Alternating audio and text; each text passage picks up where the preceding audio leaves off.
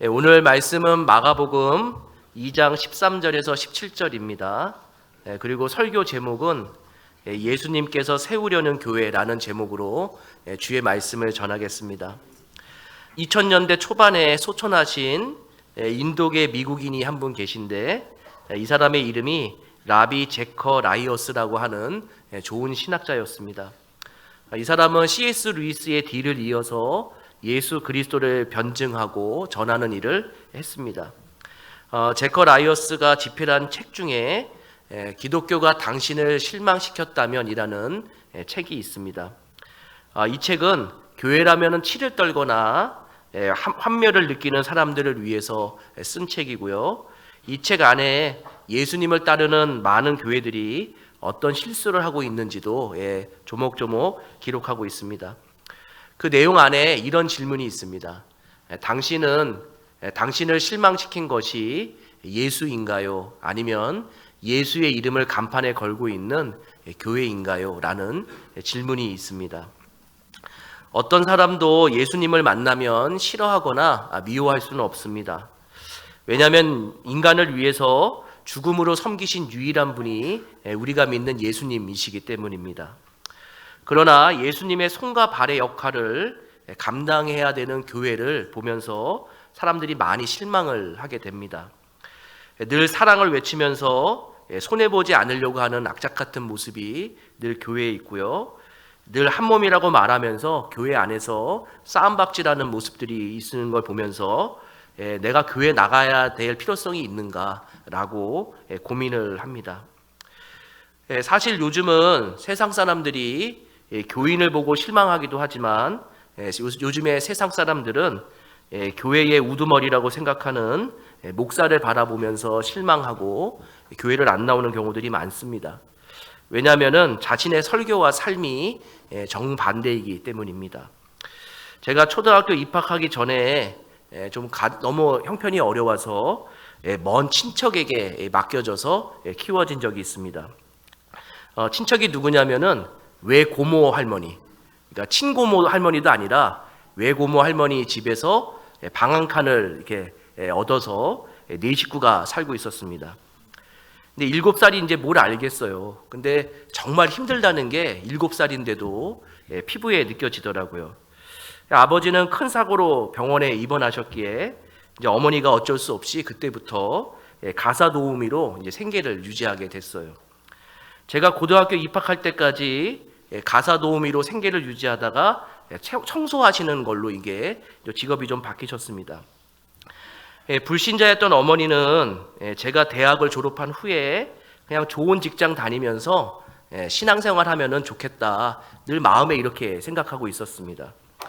그런데 제가 대학 졸업을 앞두고 이제 목사가 되겠다고 신대원을 준비한다고 이제 얘기할 때 어머니가 처음으로 마음속에 이제 숨겨놓은 이야기를 하나 하십니다. 제 어머니가 가사 도우미로 일을 하시면서 여러 집들을 이렇게 다녔는데 그 중에 강남의 큰 교회에 담임 목사님의 집을 파출부로 가사 도우미로 돕는 일이 있었어요. 그 안에서 가사 도우미를 하면서 교회가 뭔지 또 목사와 성도회가 무엇인지 이런 것들을 이제 귀로 들으면서 간접적으로 좀 알고 있었는데 가장 크게 실망한 것이 있었습니다. 그게 뭐냐면은 그 목사님 집에 냉장고에 음식이 가득 있는데 그걸 나누지 않고 썩어 나가는 거를 우리 어머니가 보게 된 거예요. 속으로 어머니는 이 음식을 좀 다른 사람한테 나눠줬으면 그리고 자신한테 나눠줬으면은 자녀들을 좀 먹일 텐데 이런 생각을 했는데 거기서 가사 도우미를 하면서 늘 누구에게만 받기만 하고 나누지 못하는 목사를 보면서 이게 정말 이게 교회를 다녀야 되는가에 대한 고민을 많이 하셨죠. 근데 이제 아들인 사람이 목사가 된다고 하니까 어머니가 제일 먼저 말리면서 하는 얘기가 손가락질 받을 직업일 수가 있으니까 안 했으면 좋겠다 이렇게 이야기를 하시는 거예요. 지금은 하나님의 은혜로 저희 어머니가 권사가 되어 있습니다. 목사뿐만 아니라 성도들이 바르게 살지 못하기 때문에 교회가 또 예수님이 지금 어려움을 당하고 있습니다. 왜 불신자나 초보신자가 교회에 발을 들여놓으면은 복음을 받아들이지 못하는가? 그거는 예수님을 만나기 전에 삶의 변화가 일어나지 않은 교인을 먼저 만나기 때문에 그들이 복음의 능력을 믿지 못하는 거죠. 우리가 예수를 믿는 사람으로 얼굴이 늘 행복해 보여야 되고 인생의 변화가 있었어야 되는데 우리는 늘 예수를 만나도 그 모양 그 꼴로 살아가고 있다는 것이 조금 비참할 뿐입니다. 분명한 거는 지금의 교회의 모습이 예수님이 원하시는 교회의 모습은 아닐 것 같고요.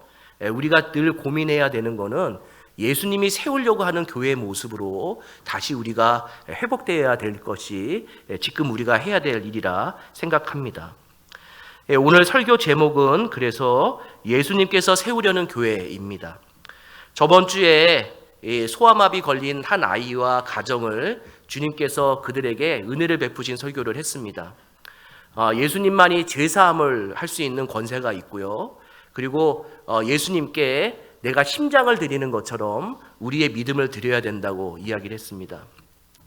믿음에 관한 이야기를 한 거죠. 그리고 오늘은 그 믿는 사람들이 어떤 교회를 만들어 가야 되는지에 대해서 이야기를 하고 있습니다. 우리 한번 13절, 14절 같이 한번 읽겠습니다. 13절, 14절입니다. 예수께서 다시 바닷가에 나가심에 큰 무리가 나왔거늘 예수께서 그들을 가르치시니라. 또 지나가시다가 알페오의 아들 레위가 세관에 앉아 있는 것을 보시고 그에게 이르시되 나를 따르라 하시니 일어나 따르니라. 아멘. 지금 예수님은 오늘 말씀에서 세리, 직업이 세리인 레위 마태를 제자로 맞이하게 됩니다.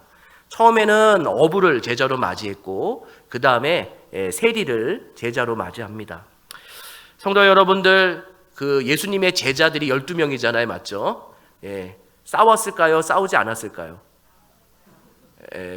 아주 많이 싸웠을 것 같아요. 왜냐하면은 어부하고 이 세리는 원수지간입니다. 왜 그러냐면은 이제 설명을 좀 해드리겠습니다. 그러니까 이 세리는 로마와 헤롯 왕에게 세금을 바치는 매국노였습니다. 동족인 유대인에게 세금을 걷어서 상납하는 일을 한 거죠. 그렇기 때문에 세리는 회당에도 들어가지 못하고 세리의 자녀들은 손가락질을 받으면서 컸습니다.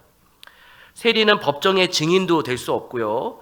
그리고 많은 사람들이 세리를 가리켜서 다른 사람은 다 구원받을지 모르겠는데 세리는 구원받을 수 없다고 얘기하고 다녔습니다. 이들은 세금을 걷는데 자기 주머니에다가 더 많은 것을 얻기 위해서 세금에 더 많은 것들을 붙여서 자기 주머니에 이익을 챙겼습니다.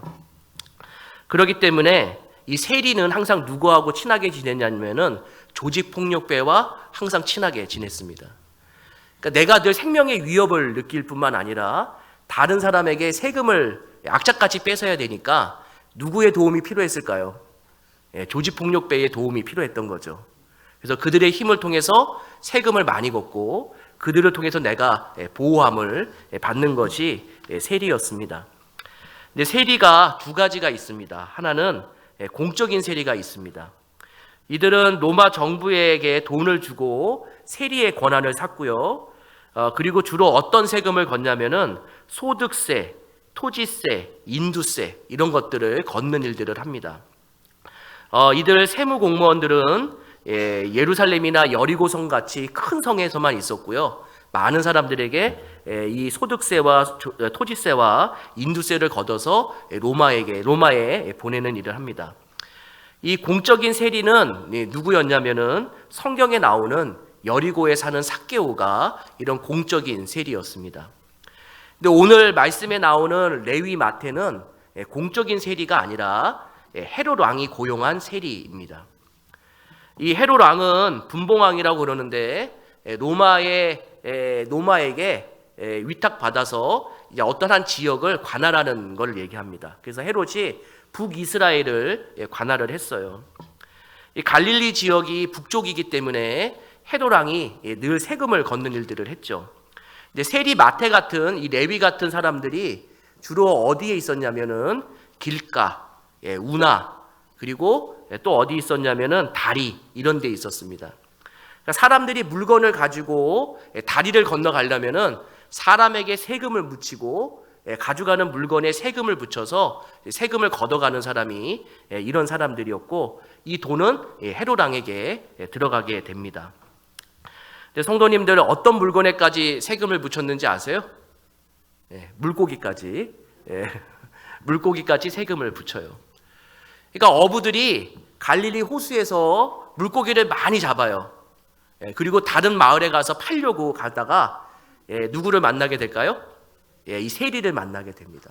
이 세리가 사람에게도 세금을 묻히고 물고기 한 마리당 세금을 붙여서 세금을 내게 하고 팔게 하는 거죠.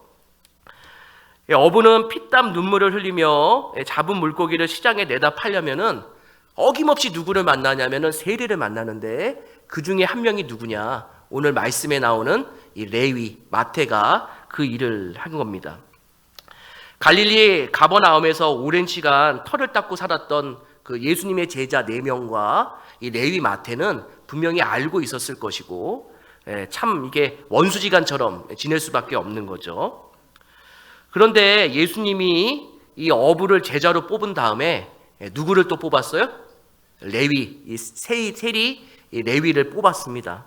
한솥밥을 먹을 수 있을까요? 없을까요? 먹을 수 없는 원수지간이 예수님의 제자가 된 거죠. 그런데요, 더 충격적인 사람도 예수님의 제자가 됩니다. 마가복음 3장 18절에서 19절입니다. 우리 같이 한번 읽겠습니다. 또 안드레와 빌립과 바돌로메와 마테와 도마와 알페오의 아들 야고보와 및 다데오와 가나나인 시몬이며 또 가롯 유다니, 이는 예수를 판자더라. 아멘. 여기 보시면은 가나나인 시몬 이렇게 있는데 이게 아람어입니다. 해석은 열심당원 시몬입니다. 이 열심당원은 바리새인 중에 민족주의자여서 로마 사람들을 칼로 해코지하거나 아니면 로마나 헤롯 왕에게 충성하는 사람들을 죽이는 일들을 했습니다. 그러니까 자칭 이 사람들은 이스라엘의 독립투사처럼 돌아다니면서 외국인들에게 이제 살인을 하거나 아니면 그들을 못 살게 구는 일을 이제 하게 되는 거죠. 세리가 가장 싫어하는 사람이 누구였을까요? 열심당원. 왜 그럴까요? 항상 세리의 목숨을 이 열심당원이 노린 거죠. 그래서 늘 조직폭력배가 이 사람들 옆에 있게 됩니다. 그런데요, 살펴보면은 어부와 세리 또 열심당원이 동행동석을 할 수 없는데 주님이 제자로 부르신 거예요. 거기에 또 황당한 사람 한 명이 예수님의 제자로 있죠. 누구냐면은 가롯 유다. 예수님은 초월적인 능력이 있으셔서 가롯 유다가 분명히 자신을 팔 것을 알고 있었습니다. 근데 주님이 이렇게 말씀하시죠. 마태복음 5장 44절 제가 읽어드리겠습니다. 나는 너희에게 이르노니 너희 원수를 사랑하며 너희를 박해하는 자를 위하여 기도하라. 주님이 이 말씀을 지키기 위해서 제자들 가운데 가롯 유다를 그대로 품으세요. 그리고 그 원수를 사랑하시고 십자가 위에서도 배반한 제자들을 위해서 기도하고 가롯 유다를 원망하지 않습니다. 예수님이 꿈꾸시는 교회, 예수님이 세우시고 싶은 교회는 뭐냐면은 이 교회 안에 원수가 함께 다닐지라도 은혜를 받은 자들은 같이 사랑할 수 있는 그런 공동체를 예수님이 바라시는 거죠. 미국의 링컨 대통령이 늘 원수한테 잘해줬대요. 이렇게 링컨의 편에 섰던 사람이 링컨에게 이런 얘기를 합니다. 원수를 없애버리는 게 훨씬 더 좋지 않을까요? 링컨 대통령이 뭐라고 얘기하냐면은 원수를 없애야 되는 건 맞습니다. 그런데 원수를 친구로 바꾸면은 원수가 없어집니다. 이렇게 이야기를 했답니다. 나중에 예수님이 십자가에 죽으시고 부활 승천하신 후에 제자들이 누구를 또 교회 식구로 받아들이냐? 사도 바울을 식구로 받아들여요. 바울은 예수 믿는 사람을 핍박하고 죽인 사람인데 이 제자들이 주님의 십자가의 사랑을 알기 때문에 그 원수를 받아서 공동체의 일원이 되게 하죠. 창세기 436장에 나 이제 주님의 새 생명 얻은 몸 이 가사의 2절에 이런 내용이 있습니다. 죄인도 원수도 친구로 변한다. 새 생명 얻은 자 영생을 맛보니. 원수가 나의 친구가 될 수 있는 유일한 방법은 뭘까요? 은혜를 받고 내가 새 사람이 돼서 영생의 기쁨을 누리면은 그 원수도 기쁘게 받아들일 수 있는 친구가 될 수 있습니다. 정말로 이 원수라도, 그리고 나와 함께 사이가 좋지 않은 사람이라도 교회에 와서 함께 신앙생활을 할 수 있을까? 그게 가능한 거죠. 성경은 그거를 가능하다고 얘기합니다. 이유는 뭐냐면은 은혜를 받으면 가능합니다. 누가 은혜를 받는 것일까요? 은혜는 다른 사람이 받는 것이 아니라 내가 죄인인 것을 깨닫는 사람, 그리고 저 사람도 죄인이라고 생각하는 사람만이 은혜를 받을 수 있게 됩니다. 은혜를 받은 사람은 죄인으로 바라보는 게 아니라 불쌍한 영혼으로 사람들을 바라보게 되는 거죠. 우리 마가복음 2장 15절 같이 한번 읽겠습니다. 15절입니다. 그의 집에 앉아 잡수실 때에 많은 세리와 죄인들이 예수와 그의 제자들과 함께 앉았으니 이는 그러한 사람들이 많이 있어서 예수를 따름이러라. 아멘. 여기에 보면은 그의 집은 레위 마태의 집을 얘기합니다. 레위가 하나님을 만난 다음에, 예수님을 만난 다음에 죄인인 것을 깨닫고 주님을 따르게 되는 거죠. 레위라는 이름의 뜻은 연합함입니다. 그러니까 레위 지파에서 나온 이름인데, 이것이 아마 하나님의 법궤나 성물을 손에 대는 자, 손에 연합하는 자, 이런 의미로 레위라는 이름을 지은 것 같습니다. 아버지가 자기 아들한테 레위라는 이름을 지어줬다는 것은 뭐냐면은 내 아들이 하나님과 늘 가까이 하기를 원하는 마음으로 이름을 지어준 거죠. 근데 레위는 아버지의 뜻과 달리 하나님을 등지고 세상과 친해지는 삶을 살았고, 그리고 늘 돈을 위해서 살아간 사람입니다. 근데 이 사람 앞에 누가 나타나냐면은 예수님이 나타났어요. 어부들도 예수님을 만나자마자 배와 그물을 버리고 주님을 쫓았고요. 이 레위, 세리 레위도 지금까지 악착같이 번 돈을 내려놓고 주님을 따르게 됩니다. 2장 14절에 중요한 단어가 하나 나오는데요. 맨 마지막에 보면 일어나라는 단어가 있습니다. 이 단어가 아주 독특한 단어입니다.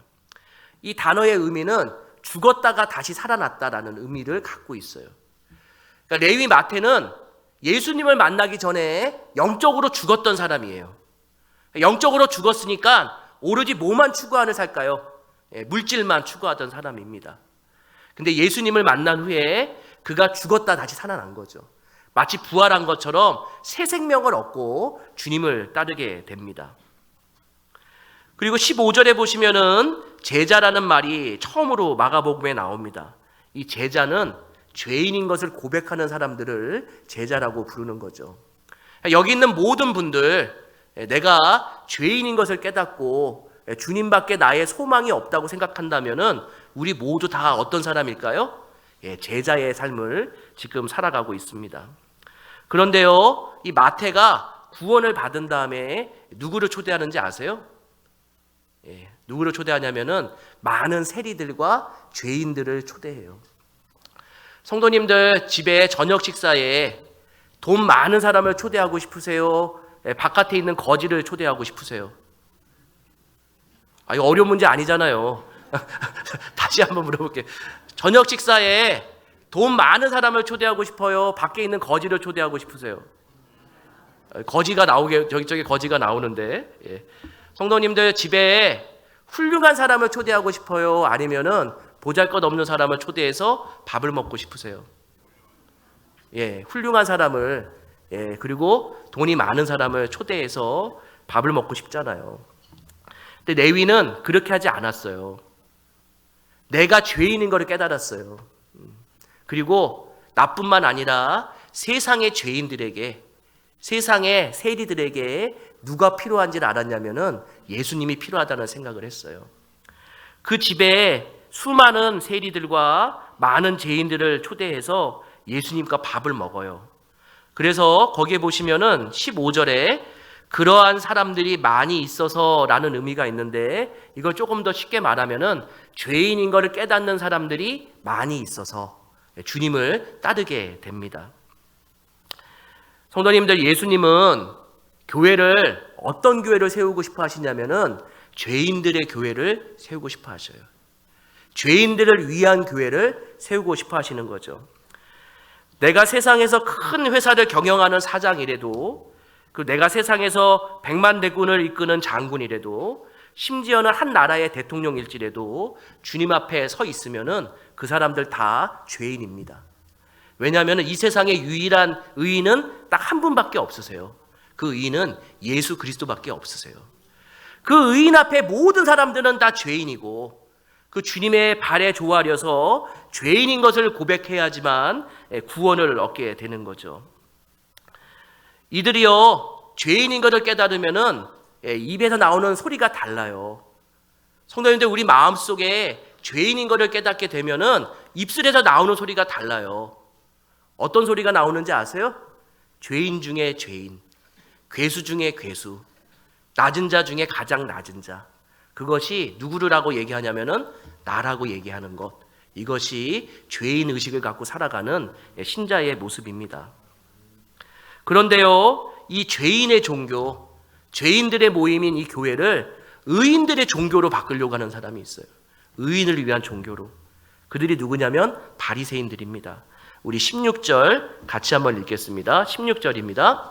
바리새인의 서기관들이 예수께서 죄인 및 세리들과 함께 잡수시는 것을 보고 그의 제자들에게 이르되 어찌하여 세리 및 죄인들과 함께 먹느냐. 아멘. 여기에 바리새인의 서기관은 어떤 사람들이냐면 바리새인들 가운데 구약 성경을 필사하는 사람들을 가리킵니다. 그러니까 이 사람들은 정말 바리새인 중에 바리새인이고 꼭 율법을 절대로 지켜나가는 사람을 얘기를 해요. 근데 성도님들, 바리새인의 특징이 뭐냐면은 의인과 죄인을 구분하는 거예요. 바리새인들은 자신들만 구원받았다고 생각했어요. 바리새인들은 자신의 신앙생활만 맞다고 생각했어요. 그러니까 다른 사람들에게 늘 손가락질을 해요.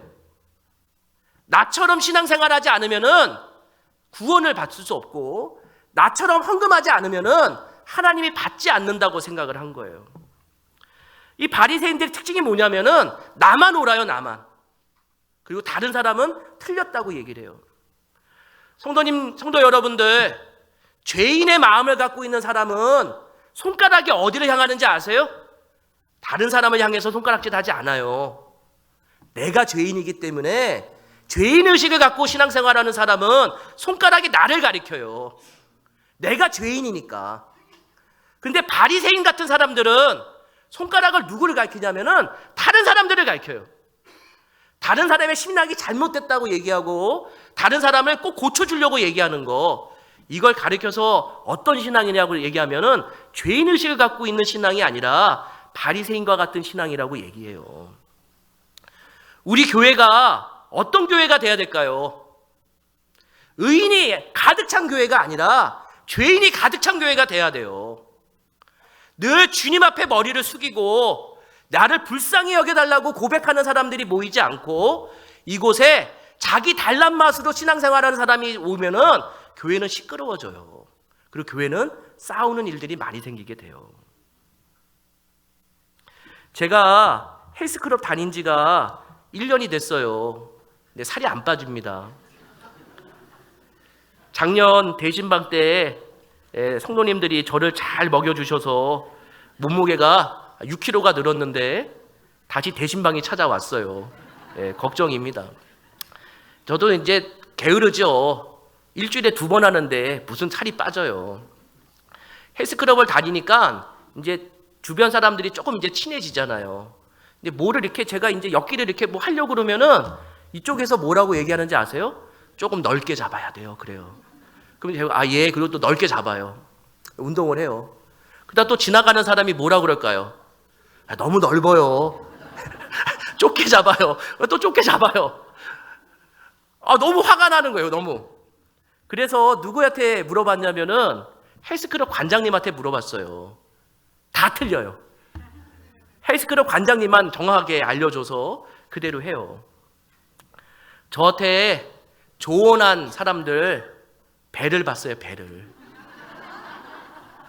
배를 봤는데 제 배나 그 배나 별 차이가 없어요.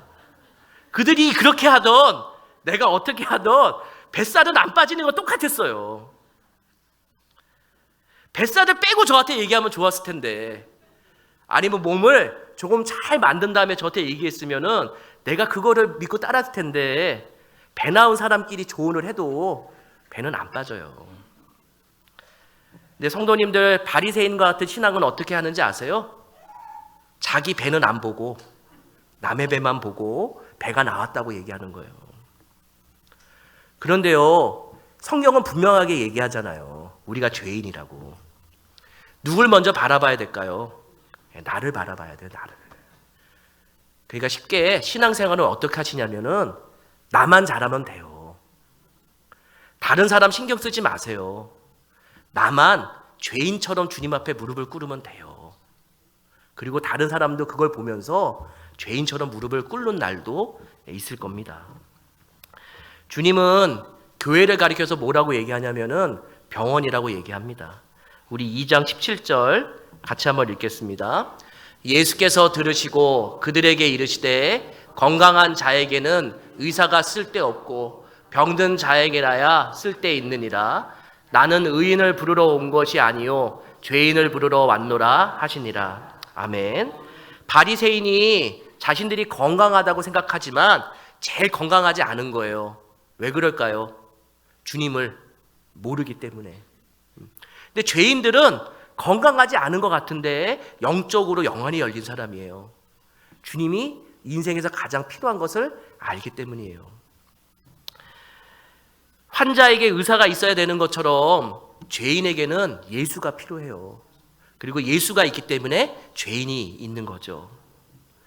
성도님들과 제가 같이 노력하면서 기도하면서 만들어야 되는 교회는 병원 같은 교회예요.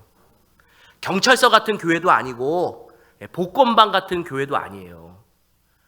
병원에 가면 환자들이 무슨 소리만 내는지 아세요? 신음소리만 내요. 아프다고.